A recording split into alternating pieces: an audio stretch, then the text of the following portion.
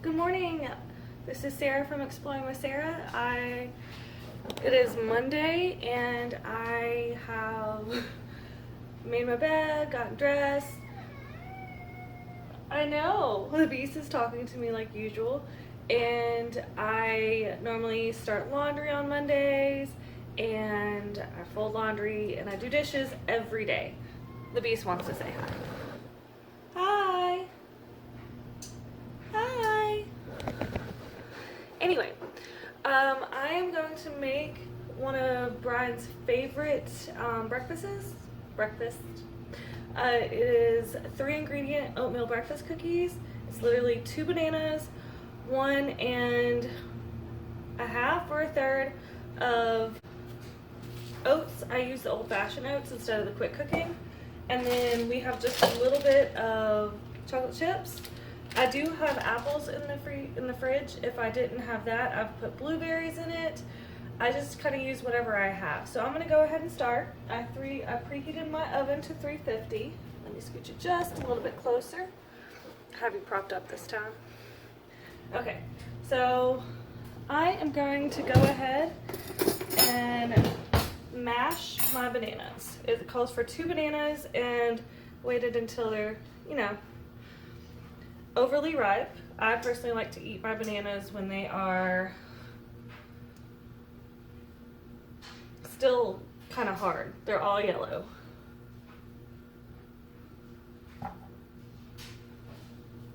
You can hear my laundry going in the background.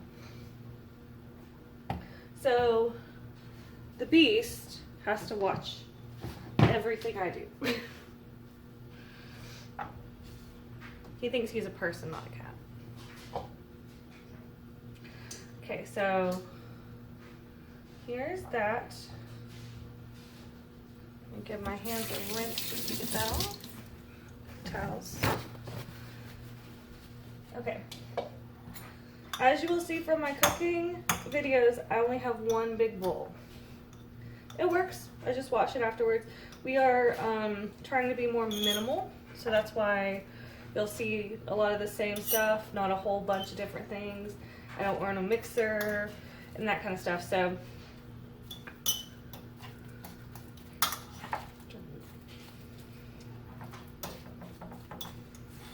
okay. I like to still leave my bananas quite chunky because it's nice to have it in oatmeal. And I do like to add a little spice as well. So let's get some cinnamon.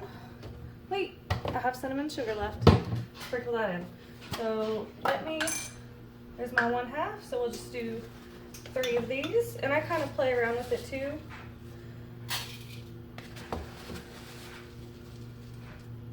This was a Pinterest one. Just I do so much stuff to it. Let me get a spatula. Let's get these going.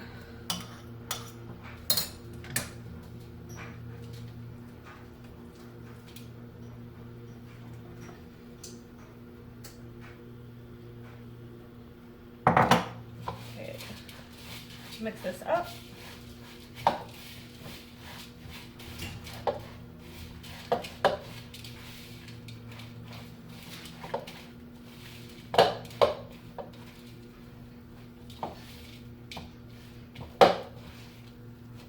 It kind of turns into a dough. Some of it's a little loose. So you can tell there's still some in the bottom. As some goes fine, there's some in the bottom that's loose, but it comes together pretty fast.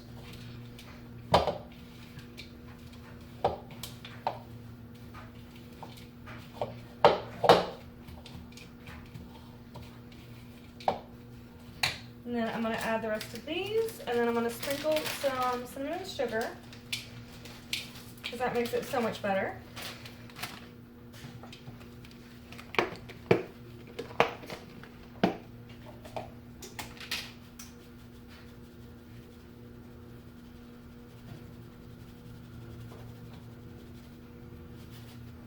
I'm just kind of eyeballing it. You don't have to add cinnamon and sugar if you don't want to. Just make it how you want it. And there we go. So I'm going to use my tablespoon to put cookies out on my dish. Let me clean up for a bit so I can start putting them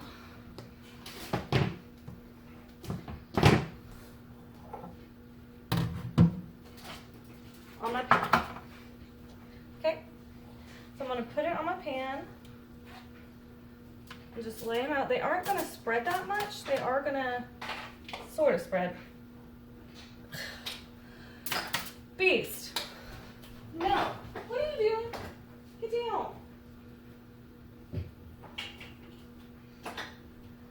Sorry about that. Whenever we're filming, he knows he can try and get into stuff, so that's what he does. And I'm also going to sprinkle just a little bit more cinnamon and sugar all over this.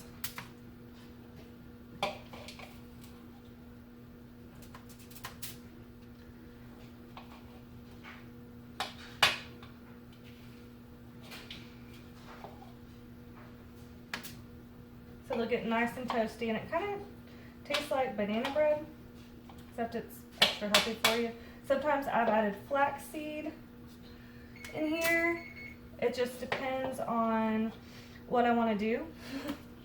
So yeah, feel free to add, if you do add any more flaxseed to it, mix flaxseed or protein powder or whatever, make sure and add some more liquid. You'll have to add either like another banana, see, I've added an egg before, just something to give extra liquid to it.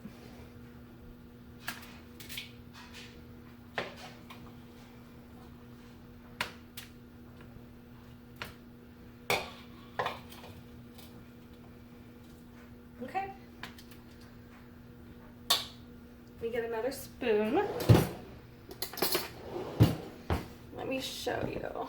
So here are my cookies. And I'm going to sprinkle them with some cinnamon sugar now.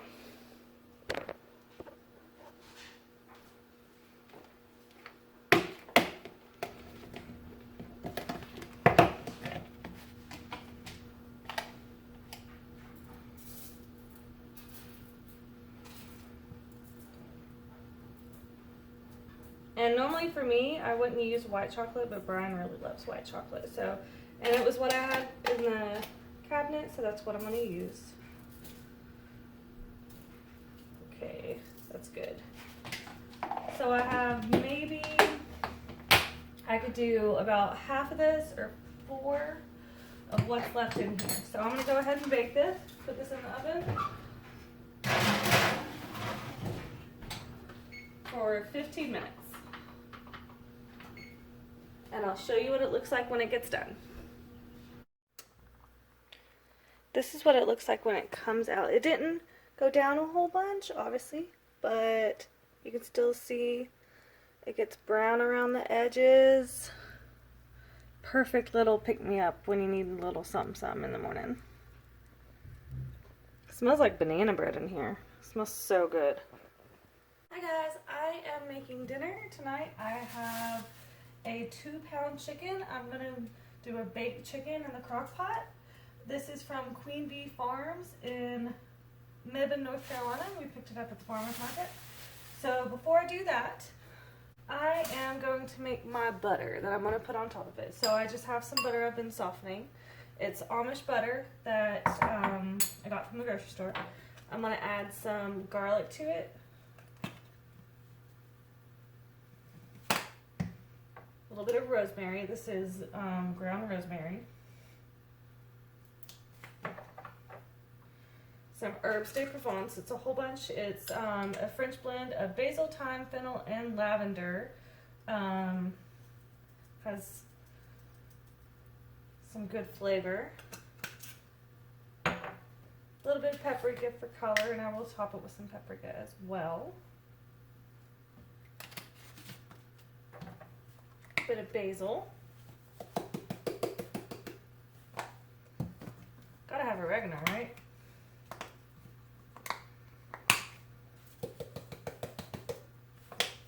And some cumin.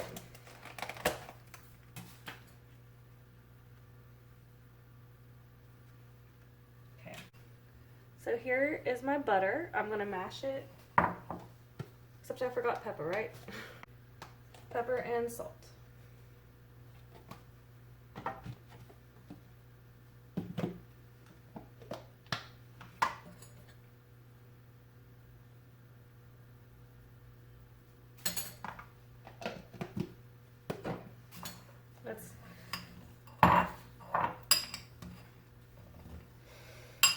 Well, it's not as soft as I would like it, but it'll do the job.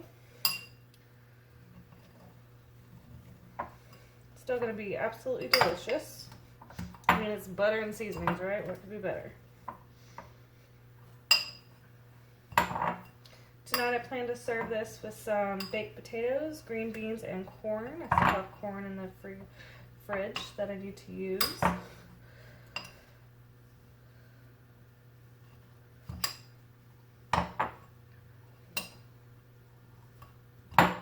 Okay, so here's my butter. It's not completely done, but I'm going to dot it on my chicken. So let's get the chicken cut up.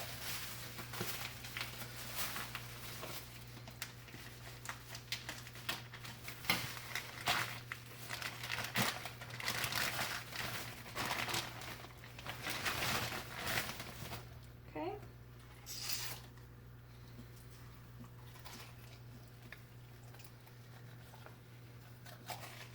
Don't fill anything. Sometimes there's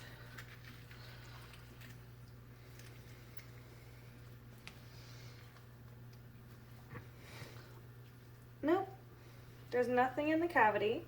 So I'm gonna go ahead, before I stick it in there, I'm gonna stick my finger right up like that so I can stick some butter in there.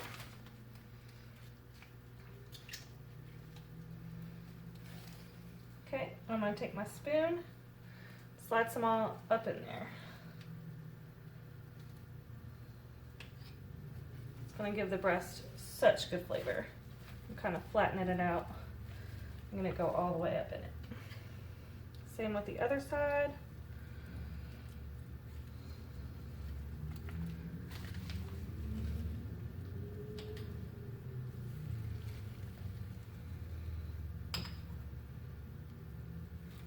And then I'm going to stick some in the cavity as well.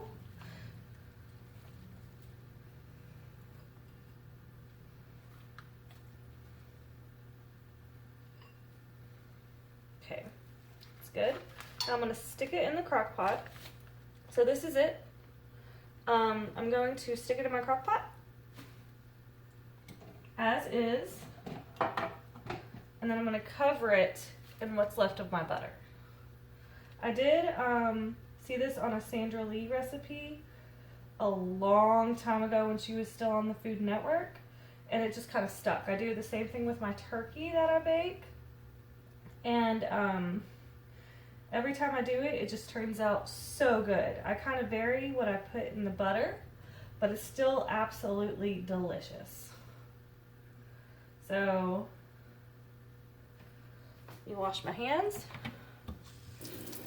I have all that chicken juice, and I'll get out more seasonings and I'll show you what I'm going to do next. If you are ever in Greensboro, definitely check out the farmers market, or where you live, the farmers market, because they have such amazing stuff, and we've gotten so much good meat from this one stall, and there was another stall that we got some more meat at too. We just love it. It's amazing. Let's see. Oh yeah. I'm gonna add some bay leaf